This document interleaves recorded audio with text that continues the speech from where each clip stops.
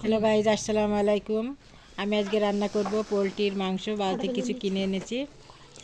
আমি প্রথমে আলুগুলো ভালোভাবে ভেজে নেব। ভেজে নিয়ে একটু তুলে রাখবো, তুলে রেখে দেব।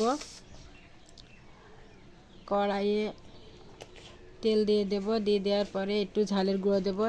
দিলে তরকারিটা কালারটা সুন্দর হয়, তাই জন্য আমি আগামও একটু ঝালের গুঁড়ো দিয়ে দিলাম। এবারটা আমি বেটে রাখা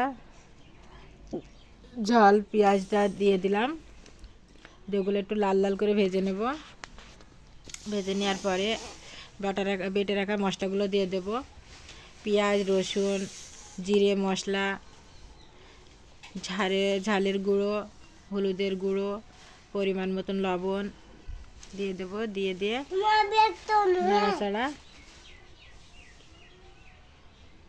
ভালোভাবে কষিয়ে নেব। নেড়ে চেড়ে ভালোভাবে কষিয়ে নেব।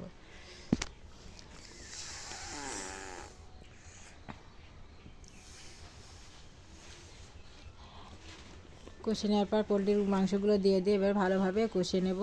পোলট্রির মাংস সবাই সব রকমভাবে রান্না করে, যার যেরকম ইচ্ছা সে সেভাবে রান্না করে, কিন্তু আমি এভাবে রান্না করি।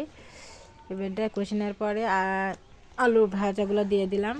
দিয়ে এবারটা আরও ভালোভাবে কষিয়ে নেব। আমরা সামান্য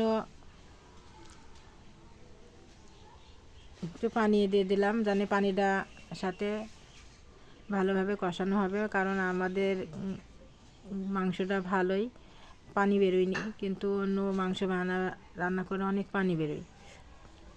কষানো হয়ে গেছে, এবারটা আমি পরিমাণ মতন পানি দিয়ে দেব। পানি দিয়ে দিলাম। এবারটা নেড়ে চেড়ে ভালোভাবে ঢাকা রেখে দেব।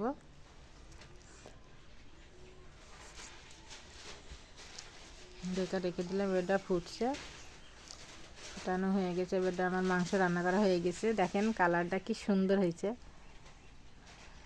কালারটা দেখতে হেবি ভালো লাগছে। আমি এভাবে রান্না করে আপনারা আমার রান্নাটা যদি পছন্দ হয়ে থাকে কমেন্ট এবং সাবস্ক্রাইব করবেন এবং ভালোবেসে আমাকে লাইক দেবেন। আশা করি আপনারা সবাই